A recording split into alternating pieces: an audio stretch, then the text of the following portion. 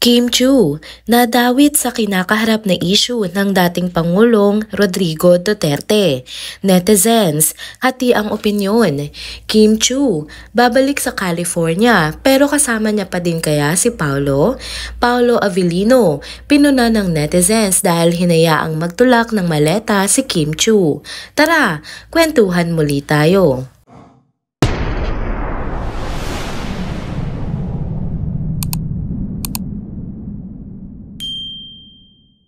Hello mga ka-trenders! Welcome back muli sa ating channel. Kung bago pa lamang kayo dito, huwag nang kalimutang mag-like, mag-subscribe at i-hit na rin ang bell notification para lagi kayong updated sa mga balitang trending at napapanahon. Happy Thursday mga ka-trenders! Balik na naman tayo dito sa ating channel para sa latest na ganap kina Kim Chiu at Paulo Avellino. Pero bago ang kilig updates, mainit-init na issue muna ang pag-uusapan natin. At talagang mainit ha? Nagtrending kasi si Kim Chiu kahapon, hindi dahil sa usual na good vibes na dala niya, kundi dahil sa isang kontrobersya na hindi niya inaasahan. Ang dahilan, ang simpleng katagang deserve na nabanggit niya sa kanyang spiel sa It's Showtime. Biglang ang nabahira ng nega ang araw ni Kim nang kuyugin siya online ng ilang DDS o diehard Duterte supporters. May ilang supporters ni dating Pangulong Rodrigo Duterte na ikinabit ang salitang deserve sa nangyaring pagkaaresto ng dating Pangulo. Matatanda ang dumating ito mula Hong Kong at makalipas ang ilang oras ay agad inilipad patungong The Hague, Netherlands. Dahil dito, maraming DDS ang tila nabuhayan ng emosyon at inakusahan si Kim ng patama sa dating presidente. Kahit na wala naman siyang kinalaman sa nasabing issue. Dahil nga sa naturang issue, lumutang ang pangalan ni Kim sa iba't ibang Facebook posts, lalo na't may ilang nagtag sa kanya sa mga clip ng kanyang spiel sa Showtime. Dito na nagsimula ang panggigipit sa kanya at marami nga ang naglabas ng samot-saring opinyon. Nagulat nga si Kim sa biglaang pagsabog ng negatibong reaksyon laban sa kanya. Dahil dito, hindi na siya nakatiis at agad na nagbigay ng kanyang panig sa kanyang social media account. Malinaw ang kanyang pahayag, walang kinalaman ang sinabi niya sa kahit anong political issue. Quote-unquote, "My piece. Please read full context bago maniwala sa fake news na pinapakalat dito sa Facebook. Lalo na yang si Mang Wilson Mapa Taganila Jr. Sir, wag po kayong mandamay sa nananahimik na tao. May God bless you and your family and your peace of mind. Magdasal na lang po tayo para sa kapayapaan ng lahat." Kim Chiu. Bukod dito, naglabas pa siya ng ilang reaksyon na nagpapakita ng kanyang pagkadismaya sa pagkakadawit niya sa nasabing issue. Quote-unquote, "Hoy, kaloka kayo. Binasa ko lang yung script namin na spills. Kayo talaga? GV lang tayo. Spread kindness and good vibes." Quote-unquote, "Hala, nakakaloka. Bakit ako nasali dyan? Like O to the M to the G. Busy ako sa ibang bagay. Diyos ko, wag niyo kong isali sa ganyan. Parang awa niyo na. Ang gulo na po ng mundong ibaba. Wag na tayo dumagdag. Diyos ko na lang talaga." Dahil nga sa lumalaking issue, dinepensahan si Kim ng kanyang mga fans na nagsabing hindi dapat batuhin ng galit ang kanilang idol, lalo na't wala naman itong intensyon na makapanakit ng sinuman. Para sa kanila, isa na naman itong halimbawa ng fake news na walang basehan at ginagamit lang ang pangalan ni Kim para sa sariling agenda.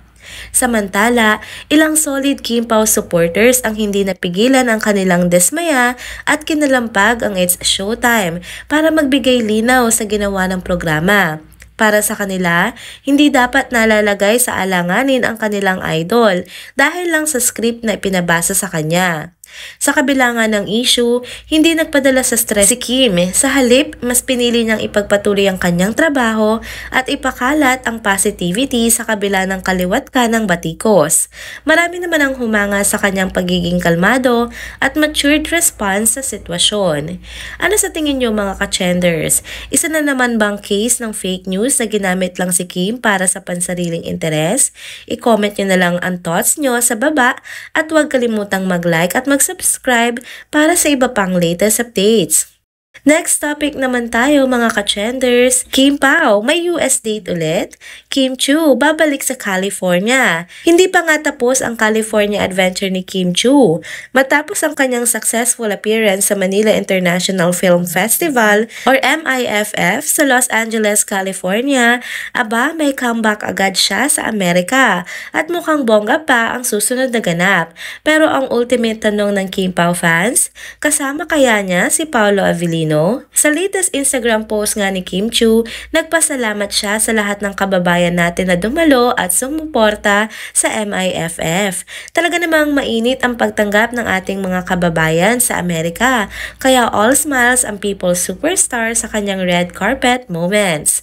Syempre, kasama niya nga rito si Paolo. Mula sa promos ng kanilang pelikulang My Love Will Make You Disappear hanggang sa gala night, hindi matatawaran ang kilig na hatid nila sa fans. May mga candid shots pang all-sport mode si Paolo kay Kim habang ine-enjoy ang event. Sa kanyang caption, sabi ni Kim, quote and unquote, "Thank you LA, that was a short yet productive visit. Thank you to MMFF and MIFF for having us celebrate Filipino movies with our kababayans abroad. Thank you at Star Cinema Fam for our North America and Canada promotions. My Love Will Make You Disappear in cinemas beginning March 26. Pero teka, hindi pa tapos ang pasabog ni Kim. Inanunsyo niya din na babalik sila ngayong March 28, 29 at 30 para sa special screening ng kanilang pelikula sa Cinemark Carson Theater, Carson, California. Excited niyang pahayag, quote and unquote, "We will be back this coming March 28, 29 and 30 for a special screening of My Love Will Make You Disappear at Cinemark Carson Theater, Carson, California. Visit mytfc.com to book your tickets. See you there." Dahil dito, biglang nag-ingay ang mga Kim Pao fans. Ang tanong ng lahat, sasama pa kaya si Paolo sa next round ng promo tour? O si Kim lang muna ang magsosolo sa next leg ng kanilang international screenings? Aba, we'll find out soon enough. Pero sure na sure, marami na nga ang nag-aabang at umaasang makakasilip ulit ng kilig moments ni Kim at Paolo sa California. Kung pagbabasehan nga ang kanilang previous US trip, mukhang hindi naman papahuli si Paolo kung may chance na makasama si Kim. Hindi nga ba todo support siya sa MIFF? At kung love team goals lang din ang pag-uusapan, aba hindi biro ang chemistry nilang dalawa ha? Kaya naman hindi malabong masundan pa ang mga sweet at kilig moments sa susunod nilang pagbisita sa Amerika. Bongga talaga. Hindi lang ito ordinaryong promo para na ring date abroad kung tutuusin. Kaya sa mga fans dyan, mark your calendars at wag nang palampasin ang special screenings ng My Love Will Make You Disappear. Abangan pa nga natin ang susunod na update baka bukas makalawa, may Kim Pao sighting na naman tayo sa California. Narito naman ang last na topic na pag-uusapan natin sa video update na ito. Mainit na usapan na naman ang eksena sa airport pagdating nga ni Kim Chiu at Paolo Avellino mula sa Los Angeles, California. Pero teka, hindi nga ito tungkol sa sweet moments o pasalubong ang issue ngayon, kundi sa maleta. Sa mga kumalat na larawan at video, makikitang magkasabay na lumabas ng airport sina Kim at Paolo, parehong naka-face mask habang si Kim ay abala sa pagtutulak ng isang luggage cart na may ilang maleta sa ibabaw. Si Paolo naman, nasa likuran niya at may hinihilang dalawang maleta. Dito na nagsimula ang diskusyon sa social media. May ilang fans sa tila nawindang at nagtanong, bakit hindi na lang si Paolo nagtulak ng cart? Bakit hinayaan niyang si Kim ang gumawa nun? May ilan pang nag-react ng pabiro pero may halong panlalaglag sa aktor na para bang si Kim pang mas malakas at mas may energy kaysa sa kanya.